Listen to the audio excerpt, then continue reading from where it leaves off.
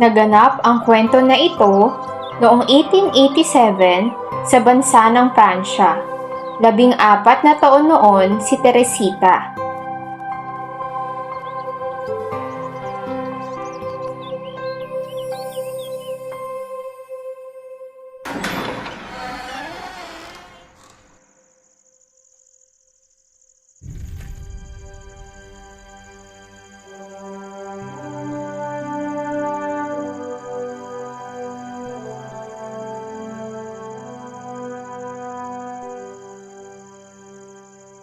Henry, ang Diyos ay walang hanggang awa at habag.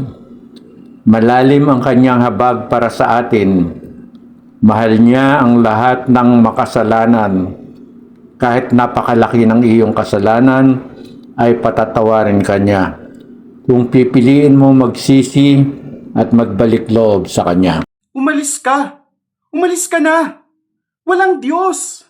Hindi ako naniniwala sa Diyos! Umalis ka na! Henry, tingnan mo si Jesus. Namatay siya para sa iyo. Niligtas ka niya sa iyong mga kasalanan. Umalis ka! Umalis ka na! Wala akong pakialam. Si Jesus ay namatay at wala na. Wala na siyang magagawa ngayon. Hindi, namatay siya para sa iyong mga kasalanan at nabuhay na maguli upang magbigay ng bagong buhay. Siya ay nabubuhay. Siya ay Diyos. Siya lang ang Diyos. Siya ay isang makasalanan, mamamatay tao, 3 ang pinatay niya. Kabilang pa ang isang 12 taong gulang na batang babae. Bakit gusto mo siyang iligtas? Babalik ako bukas.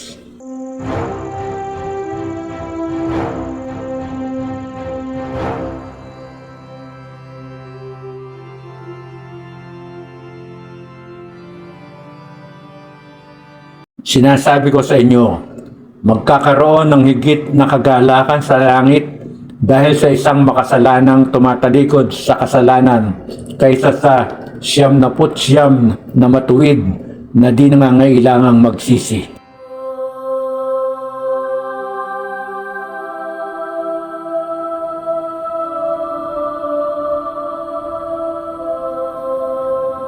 Alalahanin mo ko, Jesus, kapag ikaw ay nagkakari na. Ako, ngayon din isasama kita sa paraiso.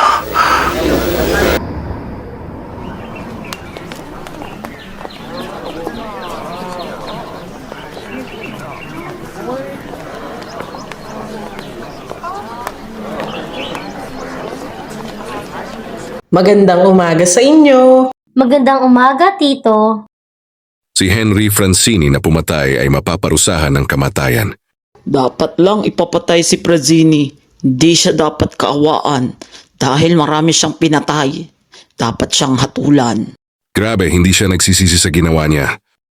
Tumanggi siyang magkumpisal sa pari. Ni hindi siya naniniwala sa Diyos.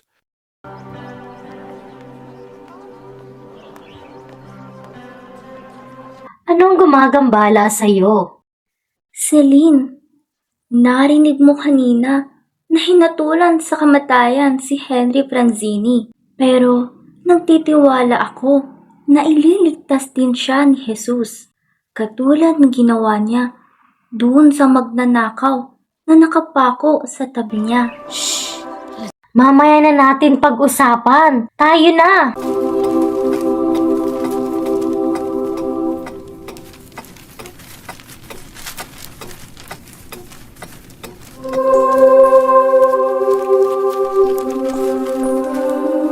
Teresita, ano ba ang pinagkakaabalahan mo? Nag-aalala ka pa rin ba kay Francini? Si Jesus ay puno ng habag, kaya namatay siya para sa mga makasalanan. Ipinadala ng Diyos Ama ang kaniyang anak na si Jesus hindi para hatulan ang mundo, kundi para iligtas. Teresita, huwag mo nang alalahanin si Francini. Bata ka pa at may 14 na taong gulang pa lang. Bakit mo inaabala ang iyong sarili sa mga ganyang bagay? Celine, naghihinagpis ang puso ko para sa kaluluwa ni Henry Franzini. Gusto ko siyang ipagdasal. Sigurado akong tiringgin ni Jesus ang aking panalangin para sa kaluluwa niya.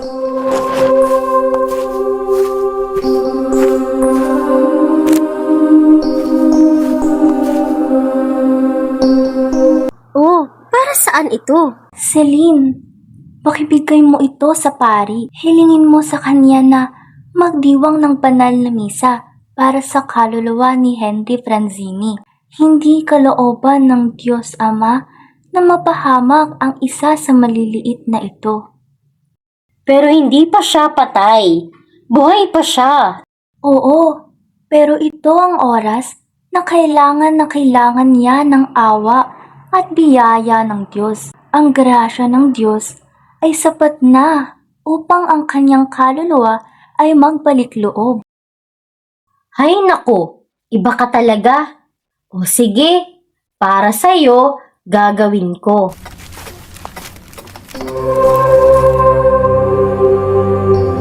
O Jesus, sinabi po ninyo, naawa ang hangad ko, hindi sakripisyo.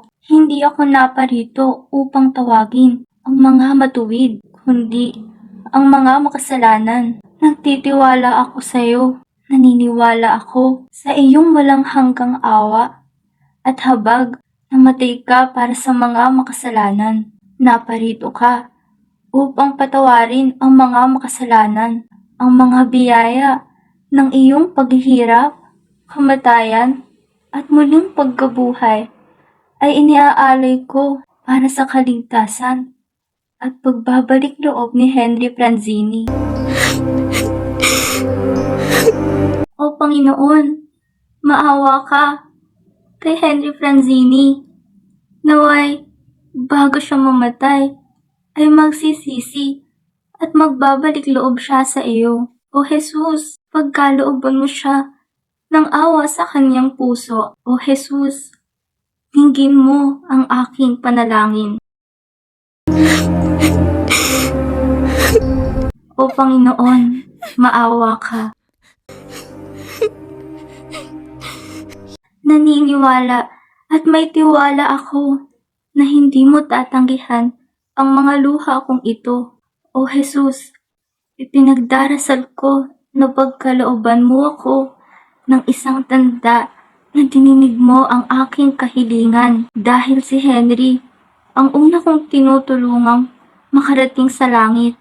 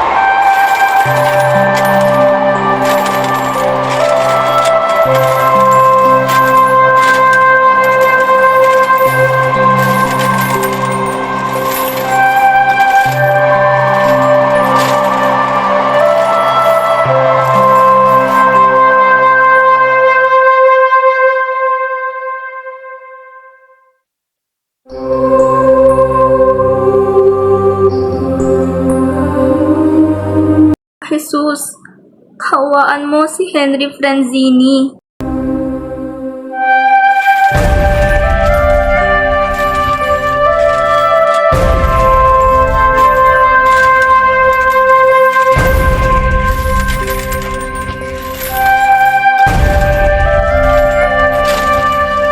Mahal kong Panginoon, mahabag ka kay Henry Franzini.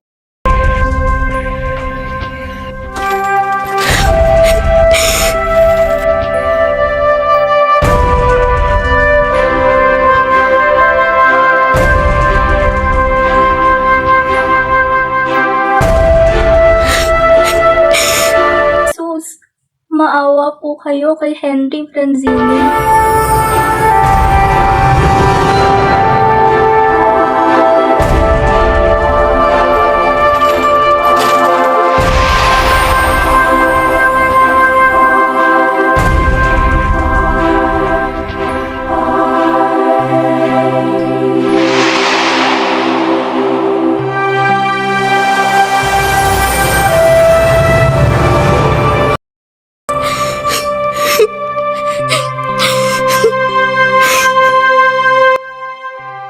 Maawa po kayo kay Henry Franzini. Maawa po kayo kay Henry Franzini. Padre, dalhin mo sa akin ng krusipiho. Dalhin mo na sa akin ng krusipiho. Yes.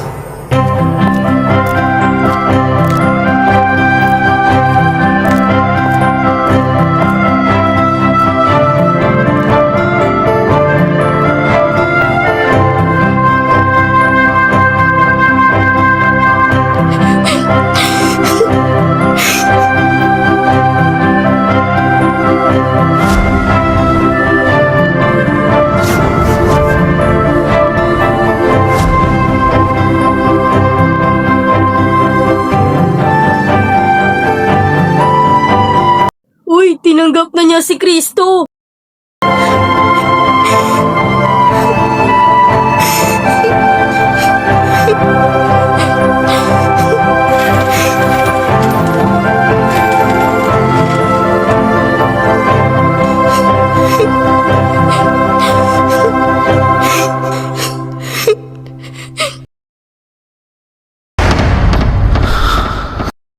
Ngayon din, isasama kita sa paraiso.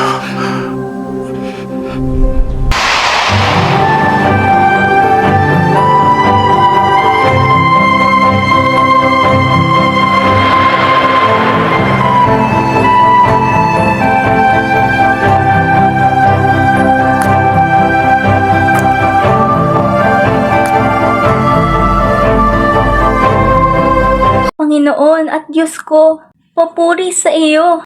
Iniligtas mo si Henry Franzini. Hinalikan kanya ng 3 beses. Ito ang aking misyon, na ako ay palaging magdarasal para makatulong sa kaligtasan ng milyong-milyong kaluluwa.